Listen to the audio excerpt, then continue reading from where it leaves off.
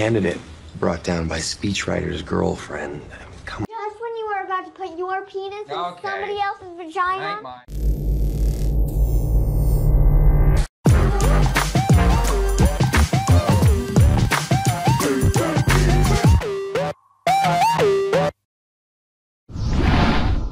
Film ini dibuka dengan seorang pria yang bernama William Hayes. Siang itu, ia terlihat hendak menjemput sang putri Maya Hayes di sekolah. Namun di luar ekspektasi, Willy yang membayangkan keadaan sekolah yang tentram dan damai malah disambut dengan keadaan yang ricuh. Ia tak mengerti apa yang menyebabkan kericuhan tersebut, sampai datanglah seorang wali murid yang menyampaikan permasalahan saat itu. Lanjut, setelah mengetahui inti masalah tersebut, Willy berusaha mencari putrinya dan mereka pun bergegas kembali ke apartemen. Selama perjalanan menuju apartemen, Maya selalu saja bertanya tentang hubungan dewasa kepada ayahnya. Namun, Willy terus saja berjalan dan tidak menggubris pertanyaan-pertanyaan yang dilontarkan gadis kecilnya itu. Scene berlanjut, saat hendak tidur, Maya masih saja bertanya mengenai edukasi hubungan dewasa tersebut hingga ia mendesak sang ayah untuk menceritakan kisah cintanya saat muda dulu. Willy pun akhirnya mengambil posisi untuk bercerita. Namun, ia akan menyamarkan semua nama wanita yang pernah mengisi hatinya dan meminta Maya untuk menebak sendiri wanita mana yang akhirnya ia nikahi dan menjadi ibu Maya. Just when you were about to put your penis in somebody else's vagina. Kisah kemudian bergulir ke masa muda Willy, dimulai sejak pesta pergantian tahun. Willy menceritakan bahwa saat itu ia telah memiliki seorang kekasih, sebut saja wanita itu Emily. Ia sangat mencintai Emily dan berniat untuk melanjutkan hubungan mereka ke jenjang yang lebih serius. Di saat lulus sekolah, Willy memutuskan untuk pindah keluar kota dan memulai karirnya di sana dengan menjadi konsultan politik dalam tim sukses Bill Clinton yang merupakan calon presiden saat itu. Dan hal itu membuat Willy dan Emily terpaksa LDR atau hubungan jarak jauh. Di kantor tempat Willy bekerja, sudah menjadi tradisi bahwa anak baru selalu menjadi babu oleh senior-seniornya di kantor. Dan itulah yang dialami Willy. Ia disuruh membuat kopi, teh, bahkan disuruh untuk melangsir tisu toilet. Karena hal itu, Willy pun mendapat julukan dengan sebutan pria kertas tisu. Scene berlanjut saat disuruh untuk memfotokopi berkas. Willy tak sengaja bertemu dengan si gadis penjaga fotokopi yang sebut saja namanya April. Dari pertemuan pertama itu, mereka dekat hingga menjadi sahabat. Scene berpindah di saat pulang bekerja, Willy mendapat sebuah paket yang dititipkan Emily untuk sahabatnya Summer. Tetapi karena penasaran dengan isi paket tersebut, Willy pun membukanya. Dan ternyata paket itu berisikan buku harian masa muda Emily dan Summer. Tanpa berpikir panjang, Willy pun mencoba membaca salah satu halaman di buku tersebut. Dan di situ tertulis bahwa Emily dan Summer pernah berhubungan.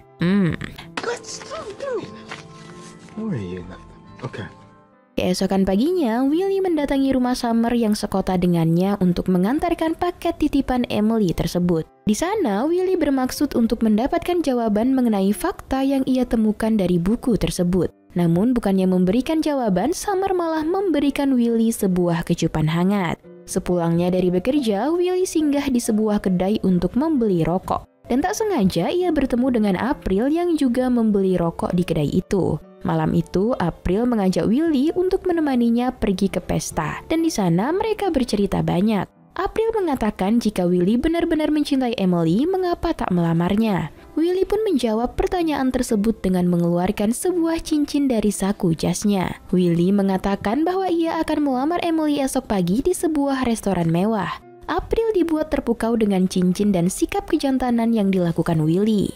Will you marry me? No.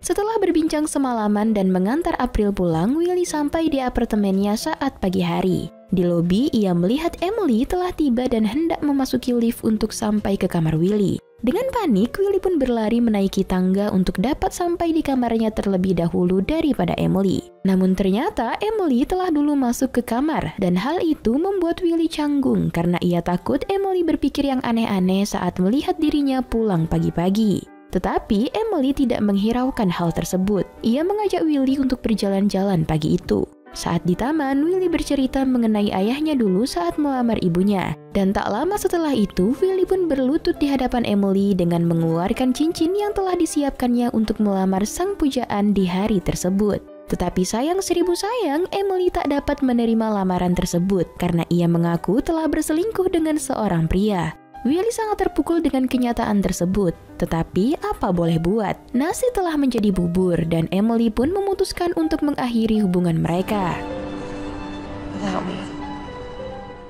Di kantor tempat Willy bekerja, mereka sedang menyaksikan berita mengenai hasil pemilu yang telah dilaksanakan. Dan ya, hasilnya Bill Clinton menang sebagai presiden selanjutnya. Pesta pun tak dapat terelakkan, semua orang minum, bernyanyi, dan berdansa. Tetapi berbeda dengan Willy yang hanya terdiam di meja kerjanya. April pun menghampirinya dan memberikan sebuah minuman. April tahu bahwa suasana hati Willy saat itu sedang tidak baik. Tetapi ia sedikit ragu untuk menanyakan penyebab kemurungan Willy dan mencoba untuk mencairkan suasana dengan mengajak Willy berdansa. Setelah saat itu, April memutuskan untuk pergi liburan keluar kota dengan waktu yang tidak ditentukan. Namun, ia tetap saja saling berkirim surat dengan Willy.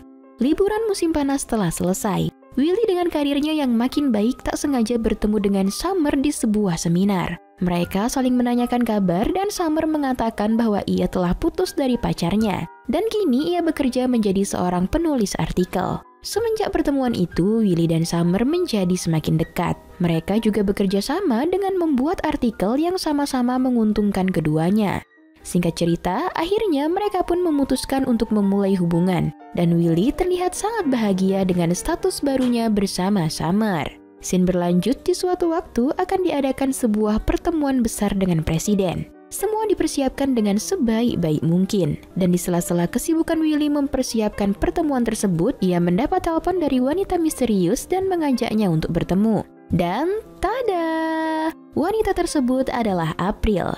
Ya, ia telah pulang dari liburan panjangnya. Seperti biasanya, mereka kembali berjalan dan bercanda layaknya sepasang sahabat. Sampai di suatu tempat, Willy mengajak April untuk masuk. Ternyata itu adalah toko perhiasan dan Willy bermaksud membeli sebuah cincin lamaran untuk seseorang. Sontak hal itu membuat April marah karena Willy tidak pernah bercerita mengenai asmaranya dan selalu berkirim surat bersama April yang seolah-olah ia memberi harapan untuk April.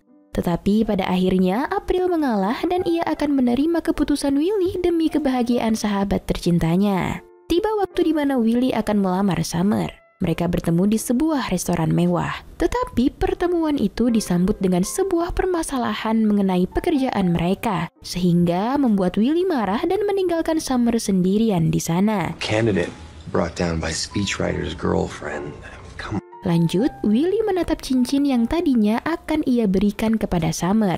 Tetapi apa boleh buat, semua tidak berjalan sesuai ekspektasi. Dan karena permasalahan yang dilakukan Summer, Willy pun dipecat dari pekerjaannya. Tahun 1997, setelah beberapa tahun meredup, Willy mendapat telepon yang ternyata dari sang sahabat, April, dan bercerita bahwa kini ia bekerja di sebuah toko buku. April juga bertanya apakah Willy telah memiliki kekasih baru, dan dengan tegas Willy mengatakan bahwa ia masih single karena ia tidak ingin menjalani hubungan yang main-main.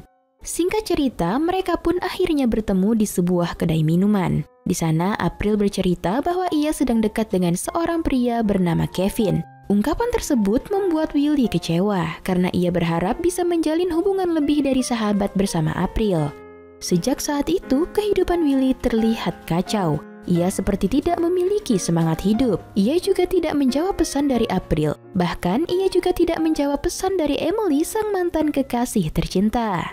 Pada suatu hari, Willy kedatangan tamu, yang ternyata itu adalah April yang mengajaknya untuk keluar karena hari itu adalah hari ulang tahun Willy. Ternyata April membawa Willy ke sebuah tempat yang telah ia persiapkan. Itu adalah pesta ulang tahun yang menarik. Di sana juga terdapat teman-teman sekantor Willy dan juga teman sekamarnya dulu. Willy terlihat menikmati pesta ulang tahunnya tersebut. Tetapi tak disangka ia pergi meninggalkan pestanya sebelum memotong kue ulang tahunnya. April mencoba keluar mencari keberadaan Willy. Dan ia mendapati Willy sedang duduk di trotoar. April mengomel karena Willy melewatkan kue ulang tahun yang telah ia buat. Willy meminta maaf dan saat malam itu ia mengutarakan isi hatinya kepada April. Willy mengatakan bahwa ia selalu mencintai April. Namun sayang, April sangat kecewa mengapa Willy baru mengatakan hal itu sekarang. Sejak saat itu, April memutuskan hubungan pertemanannya dengan Willy dan tidak pernah menghubungi Willy lagi. Suatu ketika, di saat Willy sedang berjalan menikmati weekend, ia tak sengaja melihat pajangan buku yang sama dengan buku yang diinginkan April. Dengan inisiatif, Willy pun membeli buku tersebut dan mendatangi rumah April untuk memberikannya. Tetapi April saat itu sedang kuliah, dan teman sekos April meminta Willy untuk masuk dan menunggu di dalam. Saat menunggu April pulang, Willy bertemu dengan Kevin, kekasih April yang ternyata tinggal serumah dengannya. Hal itu tentu saja membuat Willy marah dan langsung pergi meninggalkan rumah tersebut. Willy yang merasa sangat kacau mencoba untuk bertenang dengan minum di sebuah kafe di pinggir jalan. Dan tanpa sengaja ia bertemu dengan Summer yang saat itu sedang melewati kafe tempat ia singgah. Mereka saling berpelukan dan melepas rindu. Summer juga mengundang Willy untuk datang ke pestanya hari Minggu ini yang bertujuan untuk meminta maaf ke semua orang yang pernah ia sakiti. Eits, tinggalkan masa muda Willy. Mari kembali ke kehidupan sekarang. Maya protes dengan cerita kisah muda yang diceritakan ayahnya. Ia menganggap bahwa cerita itu tidak membuatnya bahagia karena pada akhirnya ayah dan ibunya akan bercerai. Karena hal itu, Willy pun memutuskan untuk tidak melanjutkan cerita tentang masa mudanya kepada Maya. Tetapi Maya tetap bersikeras untuk melanjutkan cerita tersebut. Kembali ke masa muda William Hayes. Terakhir cerita, ia menerima undangan pesta dari Summer dan kini ia menghadiri undangan tersebut. Summer mencoba untuk merayu Willy, tetapi Willy menolak dan mengatakan bahwa ia tak ada waktu untuk sakit hati. Dengan begitu, Summer pun menawarkan ajakan untuk berteman dengan Willy dan mereka pun berjabat tangan sebagai sepasang teman. Summer mengajak Willy untuk bertemu dengan seseorang yang ternyata adalah Emily. Mereka sangat canggung dan masih terpesona melihat satu sama lain. Lalu mereka mengobrol dan saling bertukar nomor telepon. Saat itu Emily bercerita bahwa ia menyesal sejak putus dari Willy dan mencoba untuk merayu Willy kembali dengan merapikan rambut Willy menggunakan jurus jitunya. Yap, kembali ke masa sekarang. Kini Maya telah menyadari dari cerita kisah muda sang ayah bahwa wanita yang akhirnya dinikahi oleh Willy adalah Emily, dan itu artinya Emily adalah ibu dari Maya. Willy yang tak dapat lagi menyangkal kepintaran anaknya tersebut hanya bisa mengangguk. Mereka berjalan-jalan sebentar sebelum akhirnya berpisah. Maya ikut bersama sang ibu, Emily, sementara Willy hanya seorang diri menunggu gilirannya kembali untuk merawat Maya. Di akhir cerita, Willy datang menemui April di tempat kerjanya dan memberikan buku dari kisah masa muda dulu yang ia belikan untuk April. Tetapi tak sempat ia serahkan karena ada keberadaan Kevin. Untuk itu, April sangat bahagia dan berterima kasih karena Willy mendapatkan buku yang dia impikan selama ini. Singkat cerita, Willy mengajak Maya untuk mengunjungi kediaman April dan mengenalkan mereka satu sama lain. Yap, dengan begitu film pun tamat. Definitely Maybe adalah sebuah film komedi romantis yang dirilis pada tahun 2008 dengan disutradarai oleh Adam Brooks. Film ini dibintangi oleh Ryan Reynolds, Isla Fisher, Rachel Weisz, Elizabeth Banks, dan Abigail Breslin. Film ini menyimpan pesan tersirat tentang kesetiaan seorang pria seperti William Hayes. Namun ia selalu saja disakiti oleh wanita-wanita yang mendekatinya. Jadi istilah orang tulus selalu gagal dalam masalah percintaan seperti ada benarnya juga. Nah, untuk kalian yang ingin melewati weekend bersama keluarga atau kekasih, film ini sangat cocok untuk dijadikan referensi list film kamu selanjutnya. Dan masuk pada penilaian, Biro Perfilman UBR Media memberi rating film Definitely Maybe 7,4. Like dan share ke teman-teman tersayangmu agar mereka juga ikutan nonton film keren ini. Dan jangan lupa subscribe channel UBR Entertainment. Thank you, bye-bye!